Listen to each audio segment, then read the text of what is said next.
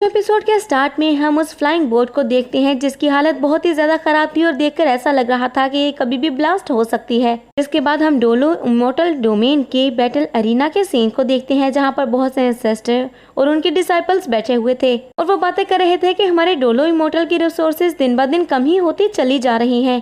होंगजियो भी गया है तो वो जरूर कुछ ऐसा लेकर आएगा कि जिससे हमारा डोलो इमोर्टल फिर से सरवाइव करने लगेगा, क्योंकि अगर हमें कोई रिसोर्सेज नहीं मिली तो हमारा डोलो इमोर्टल एक ना एक दिन खत्म हो जाएगा। तभी वहाँ पर एक लड़की कहती है कि अभी तो हमारी सारी उम्मीदें मास्टर होंगजियो पर ही टिकी हुई हैं, जो कि एक नए स्टार को तलाश करने के लिए गए हुए हैं। अगर मास्टर होंगजियो को वहाँ पर अच्छे अच्छे ट्रेयर्स मिल जाते हैं तो हमारा डोलो इमोर्टल फिर से बहुत ही अच्छा डोमेन बन जाएगा। और तभी वो सब बैठकर खाना खाने लगते हैं और एंजॉय करने लगते हैं। इतने में उन सबकी नजर उस फ्लाइंग बोट पर पड़ती है और उसको देखकर वो सब खुश हो जाते हैं, लेकिन जैसे ही उसकी हालत देखते हैं तो अपनी जान बचाने के लिए भागने लगते हैं। इतने में हम देखते हैं कि उस फ्लाइंग बोट में बहुत बड़ा ब्लास्ट हो जाता है और वो सब लोग वहीं पर रुक जाते हैं। तभी डोलो इमोर्टल डोमेन का एक डिसाइपल बोलता है कि कौन हो तुम लोग। हम एंसेस्टर जू और बाकी सारे डिसाइपल्स को देखते हैं जो कि उस बोट से बाहर आ जाते हैं। तभी वो डिसाइपल कहता है कि तुम्हारी हिम्मत कैसे हुई हमारी बोट को चुरा कर इसको डिस्ट्रॉय करने की। एंसेस्टर जू और उनके सारे डिसाइपल्स को देखकर डोलो डोमेन के सारे लोग ही काफी ज्यादा परेशान हो गए थे और सोचने लगते हैं कि आखिर ये लोग यहाँ पर क्यों आए हैं और इन्होंने हमारे डोमेन पर अटैक क्यों किया है। जबकि डोलो डोमेन के इंट्रेस्ट गेट को देखकर वहाँ पर खड़े सभी डिसाइपल्स काफी ज्यादा खुश हो गए थे और कहने लगते हैं कि फाइनली हम यहाँ पर पहुँच गए हैं और ये गेट तो बिल्कुल वैसा ही है जैसा कि हमारा तियानलिन सेक्ट का हुआ करता था। अभी वो सब लोग आपस में बातें कर ही रहे थे कि डोलो इमोर्टल डोमेन का एक डिसाइपल उन पर अपने स्वर से अटैक करते हुए कहता है कि तुम्हारी हिम्मत कैसे हुई हमारी डोमेन में आने की और यहाँ पर आकर तुम लोग हमें ही इग्नोर कर रहे हो और ऐसा बिहेव कर रहे हो जैसे कि ये डोमेन तुम्हारा है। अब वो डिसाइपल फिर से एंसेस्टर जू के ऊपर अपने स्वर्ड से अटैक करता है, लेकिन बनी क्रो एक ही किक से उस स्वर्ड को दूर फेंक देता है और तभी सब डिसाइपल्स होंगजियो को देखते हैं। मास्टर होंगजियो को देखकर वो सब परेशान हो जाते हैं क्योंकि उन्हें ऐसा लगता है कि एंसेस्टर जू और उनके डिसाइपल्स ने मास्टर होंगजियो को किडनैप कर लिया है। मास्टर होंगजियो अब उनके कब्जे में है। अब वो सारे डिसाइपल्स और ज्यादा गुस्से में आ जाते हैं जब वो पहला डिसाइपल बोलता है कि तुम्हारी हिम्मत कैसे हुई हमारे मास्टर को किडनैप करने की और उनको पकड़कर हमारे ही डोमेन में ले आए हो। यहाँ पर आने से पहले तुम्हें हमारे बारे में पता लगा लेना चाहिए था। तुम अभी जानते नहीं हो कि तुमने किससे पंगा ले लिया है। हमारा डोलो इमोर्टल डोमेन बहुत ही ज्यादा पावरफुल है। अब मास्टर होंगजियो उस डिसाइपल की सारी बातें सुन रहे थे जिससे वो परेशान हो जाते हैं और इशारा करके उसको चुप रहने के लिए कहते हैं, लेकिन वो डिसाइपल तो इतनी लंबी लंबी छोड़ रहा था कि उसे किसी चीज का भी होश ही नहीं था। तभी हम लिंगजुई को देखते हैं जो कि कहती है कि हमने तो तुम्हें अभी कुछ भी नहीं कहा है। तो वो डिसाइपल कहता है मुझे पता है यहाँ पर तुम हमारे डोमेन पर कब्जा करने के लिए आए हो। तो लिंगजुई कहती है हमने तो अभी तुम्हें बताया भी नहीं तो तुम्हें कैसे पता चला, आखिर तुम इतने ज्यादा इंटेलिजेंट कैसे हो। जिस पर वो डिसाइपल अपनी तारीफ करते हुए कहता है कि हाँ मैं तो बहुत ज्यादा इंटेलिजेंट हूँ क्योंकि मेरे अंदर नेचुरल पावर्स हैं, लेकिन हम सब बहुत ही ज्यादा इवल और खतरनाक भी हैं और इसी वजह से हमारा डोलो इमोर्टल डोमेन इतना ज्यादा फेमस है। अगर कोई हमारे डोमेन में आ जाए तो वो यहाँ से खाली हाथ वापस जाता है। उसे अपने सारे ट्रेयर्स हमें देने पड़ते हैं क्योंकि हम उसको लूट लेते हैं। और हम मास्टर होंगजियो को देखते हैं जो कि बहुत ही ज्यादा परेशान हो चुके थे और कहते हैं कि आखिर इस डिसाइपल का मैं क्या करूं, ये अपनी जुबान को बंद नहीं कर सकता है। और बार बार वो इशारों से उसको चुप रहने का इशारा कर रहे थे। जब मास्टर जू और बाकी सब डिसाइपल भी उसकी तरफ देख लेते हैं तो मास्टर होंगजियो बहुत ज्यादा हड़बड़ा जाता है और फिर एंसेस्टर जू से कहता है कि ये डिसाइपल तो एम ही बोल रहा है, ऐसा कुछ भी नहीं है, हम ऐसा कुछ भी नहीं करते।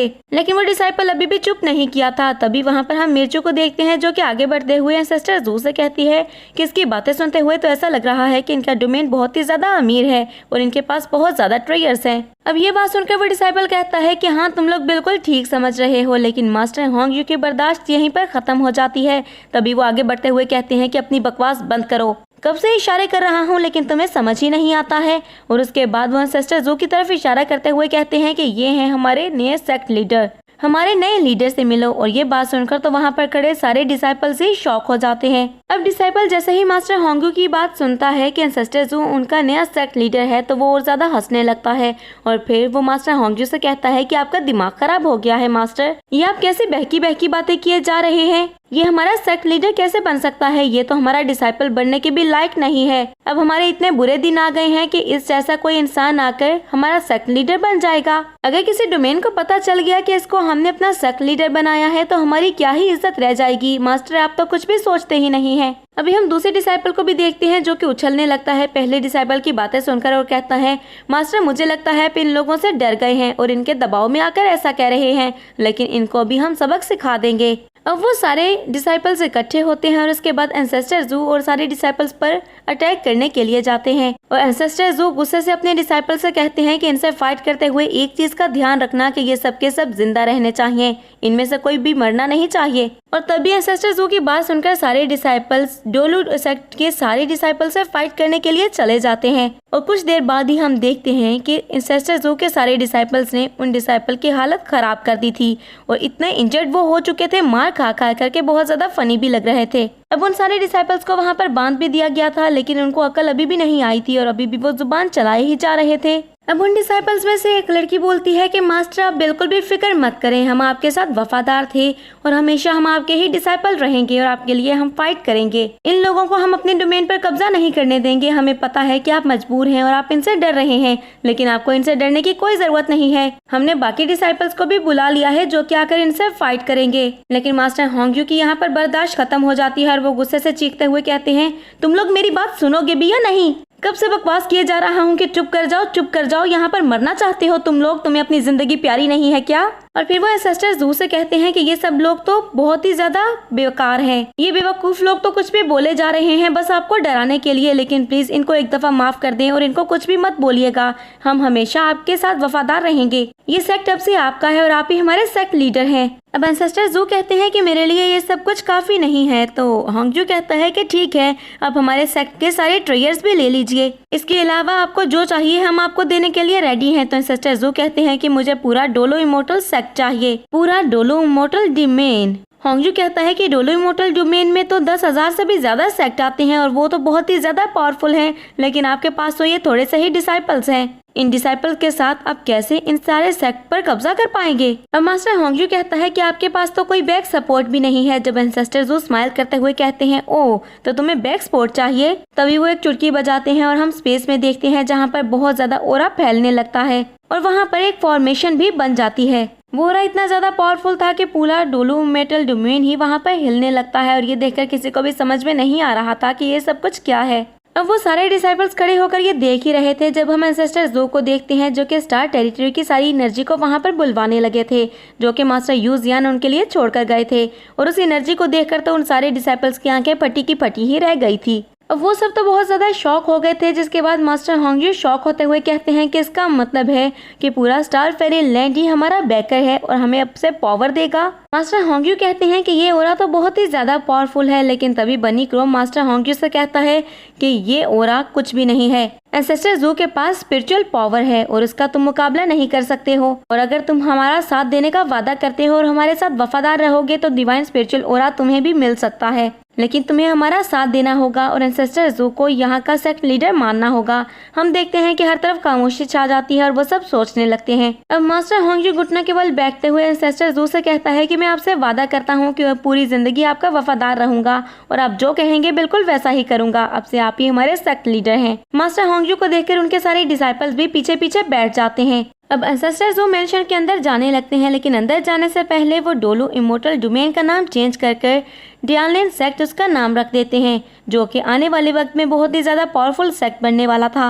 और फिर बाकी सारे डिसाइपल्स से कहते हैं कि जाकर पूरी दुनिया को बता दो कि डियानलिन सेक्ट आ रहा है इस पूरी डोमेन पर कब्जा करने के लिए, और अगर कोई मुझसे फाइट करना चाहता है तो आकर फाइट करे, वरना मेरे सामने झुक जाए और हार मान ले। इसके बाद हमारा सीन चेंज होता है और हम मेंशन के अंदर का सीन देखते हैं, जहां पर एंसेस्टर जू ने हॉल के अंदर भी बिल्कुल डियानलिन सेक्ट का हॉल की तरह ही सारा इंटीरियर बना दिया था। जिसके बाद एंसेस्टर जू होंगजू को भी वहां पर उस डोलो इमोर्टल डोमेन का मैप लाने के लिए कहते हैं, ताकि वो पूरे मैप को देख सके। अब कुछ ही देर में होंगजू वो मैप ले आता है और उसके बाद उस मैप पर ही डोलो इमोर्टल डोमेन के बारे में सबको बताने लगता है और फिर बताता है कि ये है हमारा डियानलिन सेक्ट, जिसकी हालत बहुत ही ज्यादा खराब है क्योंकि सब लुटेरों की नजर इस पर है और सभी क्लैन के लोग हमारे ट्रेयर्स को हासिल करना चाहते हैं। और वो कोई भी हम पर कभी भी अटैक कर सकते हैं। लेकिन हम देखते हैं कि तभी निंगयू एंसेस्टर ज़ू के पास चाय लेकर आती है और फिर मास्टर होंगयू से कहती है क्या हो गया, अगर आसपास लुटेरे हैं और कोई भी हम पर अटैक कर सकता है, वो हमारा कुछ भी नहीं बिगाड़ सकते हैं। उन सबको हमारे सामने झुकना ही होगा क्योंकि कमजोर हमेशा ताकतवर के सामने ही झुकता है। और ये बात सुनकर तो मास्टर होंगयू थोड़ा सा परेशान हो गया था क्योंकि वो तो उन सबको डराना चाहता था, लेकिन उल्टा वो खुद ही डर चुका था। और फिर मास्टर होंगयू कहते हैं हम ये सब कुछ करेंगे कैसे? तो लिंग जुई कहती है कि आप इसके बारे में मत सोचिए, वो हमारा काम है, लेकिन हमें उन चीजों के बारे में बताइए जो कि तियानलिन सेक्ट से बिलोंग करती हैं, क्योंकि सबसे पहले हम उन चीजों को वापस लेंगे। तुम्हें अब किसी से भी डरने की कोई जरूरत नहीं है क्योंकि हम तुम्हारे साथ हैं और तुम किसी से भी फाइट कर सकते हो अपने हक को वापस लेने के लिए। लेकिन कभी भी हमारे सेक्ट को धोखा देने के बारे में मत सोचना क्योंकि अगर तुमने ऐसा किया तो फिर तुम्हारी खैर नहीं। अब फेंग कहता है कि जाओ और जाकर वो सारी चीजें वापस लेकर आओ जो कि हमारे तियानलिन सेक्ट से बिलोंग करती हैं, और अगर कोई भी तुम्हारे रास्ते में आए तो उसको खत्म कर देना। बिल्कुल ऐसे ही। जिसके बाद वो अपना स्फेयर निकालकर पास एक पिलर पर अटैक करके उसको पूरी तरह से डिस्ट्रॉय कर देता है। होंगयू तो ये देखकर ये हैरान रह गया था और सोचने लगता है कि ऐसी एग्जाम्पल कौन देता है। और तभी हम एंसेस्टर ज़ू को देखते हैं जो कि गुस्से से फेंग को कहते हैं अरे बेवकूफ़, तुमने अपना ही नुकसान करवा लिया है।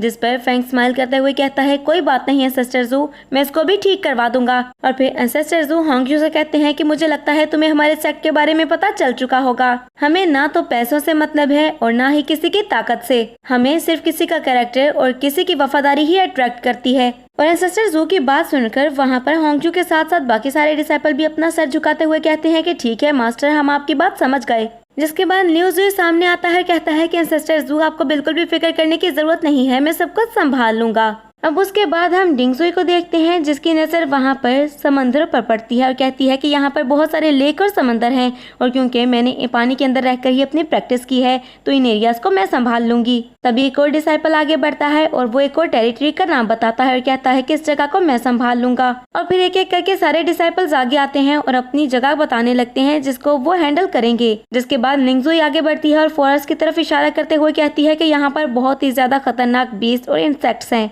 ये बहुत ही ज्यादा खतरनाक एरिया है जो कि होंगयू ने बताया है, लेकिन इस एरिया को जो सबसे ज्यादा खतरनाक बनाता है वो है वहाँ पर फैली हुई पॉइजनस गैस, और इसीलिए सब लोग वहाँ पर जाने से डरते हैं। अभी लिंग ज़ुई ये सब कुछ बोल ही रही थी कि लीना अपना हाथ ऊपर उठाते हुए कहती है कि तुम जानती हो कि मैं काफी टाइम से जंगल में ही रही हूँ, इसीलिए वहाँ पर लाइफ गुजारने का और सरवाइव करने का मेरा एक्सपीरियंस है, तो इस जंगल वाले रास्ते को मैं संभाल सकती हूँ। और फिर वो अपने साथ फेंग को भी आने के लिए बोलती है जब लिंगार अपना हाथ ऊपर उठाते हुए कहती है कि मुझे भी अपने साथ शामिल कर लो। तो लिंग ज़ुई कहती है कि अगर ऐसी बात है तो ठीक है, तुम ये सब कुछ कर लो। और फिर सब डिसाइपल्स एक एक करके अपनी टेरिटरी चूज कर लेते हैं और वहाँ की जिम्मेदारियां संभाल लेते हैं। इसके बाद हमारा सीन चेंज होता है और रात में हम एंसेस्टर ज़ू को देखते हैं जो कि अभी तक उस हॉल में अपनी चेयर पर बैठे कुछ सोच रहे थे। तभी वहाँ पर उनके भाई लिंग ज़ू की एंट्री होती है और वो कहता है तुमने तो कमाल कर दिया, एक दिन के अंदर ही तुमने इस इमोर्टल सेक्ट को एस्टेब्लिश भी कर दिया है। लेकिन मुझे ये बताओ कि तुम इतने ज्यादा परेशान क्यों हो? तुम तो इतने ज्यादा पावरफुल हो, फिर तुम्हें परेशान होने की क्या जरूरत है? लेकिन एंसेस्टर ज़ू से कोई भी आंसर नहीं करते हैं। तभी लिंग ज़ुई आगे बढ़ता है और कहता है कि टाइम कितनी जल्दी गुजर जाता है, ऐसा लगता है कि कल की ही बात है जब हम सब मिलकर लोअर रिलम में रहा करते थे। वहाँ पर तो हमारी हालत बहुत ही ज्यादा खराब थी कि हमारे तियानलिन सेक्ट का गेट भी बहुत ज्यादा खराब था, लेकिन यहाँ पर आकर तो तुमने सिर्फ 1 साल के अंदर अंदर ही इस डोलू इमोर्टल सेक्ट को तियानलिन सेक्ट बना दिया और इतना ज्यादा एस्टेब्लिश भी कर दिया है। अब लिंग ज़ू कहता है कि तुमने वाकई में बहुत अच्छा काम किया है। तो तभी एंसेस्टर ज़ू से कहते हैं कि इसका मतलब है तुम वापस जा रहे हो। तो लिंग ज़ू कहता है कि नहीं, अभी मेरा काम खत्म नहीं हुआ है और तुम्हें अकेला छोड़कर मैं वापस कैसे जा सकता हूँ। लिंग ज़ू कहता है कि तुम 10,000 साल तक सिर्फ हमारे लिए ही लोअर रिलम में रहे हो, तो क्या तुम्हारे लिए यहाँ पर मैं कुछ साल भी नहीं रह सकता हूँ? तो एंसेस्टर ज़ू कहते हैं कि मुझे ऐसा लगता है कि तुम्हें वापस चले जाना चाहिए। तुम बहुत टाइम तक मास्टर के साथ रहे हो और तुमने भी बहुत कुछ सहा है और तुम्हें भी रेस्ट की जरूरत है। एंसेस्टर ज़ू कहते हैं कि मैं तो तुम्हें यही कहूंगा कि तुम मास्टर के पास वापस चले जाओ और इसके साथ तुम जाकर कुछ रेस्ट भी करो। लिंग ज़ू कहता है कि ये सारी बातें छोड़ो, मुझे बताओ कि तुम क्या सोच रहे थे। अभी भी कहीं तुम यही तो नहीं सोच रहे कि तुम उस पर्सन को ढूंढो जिसने मास्टर को इंजर्ड किया है? लेकिन मैं तुम्हें बता दूं कि ये इतना ज्यादा आसान नहीं है जितना कि तुम सोच रहे हो। फिर लिंगजू कहता है कि तुम्हारे पास तो ट्रैवल करने के लिए भी कोई चीज नहीं है, इसलिए मैं तुम्हें कुछ देना चाहता हूँ, क्योंकि जब तक तुम्हारे पास ट्रैवल करने के लिए कुछ नहीं होगा तो तुम कहीं भी नहीं जा सकते हो। और फिर वो एंसेस्टर जू को बहुत सी फ्लाइंग बोट निकाल कर देता है, जिसको वो स्टारशिप्स बोलता है। कहता है कि इन स्टारशिप्स को इकट्ठा करने में मुझे और मास्टर को 10,000 साल से भी ज्यादा का टाइम लगा था। ये सारी स्टारशिप्स बहुत ही ज्यादा खास हैं और इनमें 100 से भी ज्यादा स्टारशिप्स हैं और तुम जो चाहे वो स्टारशिप ले सकते हो। लिंगजू कहता है कि ये मेरे भाई के लिए मेरी तरफ से एक गिफ्ट है। और ये इस बात सुनकर एंसेस्टर्स जो बहुत ही गौर से उन सारी स्टारशिप्स को देखने लगते हैं, जिसके बाद वो एक स्टारशिप की तरफ इशारा करते हुए कहते हैं, मुझे ये डिवाइन स्टारशिप चाहिए। और ये बात सुनते ही लिंगजू उनको वो स्टारशिप दे देता है। हम जैसे ही उस स्टारशिप को देखते हैं तो वाकई में बहुत ही ज्यादा खास लग रही थी। और इसके साथ ही हमारा ये एपिसोड यहीं पर एंड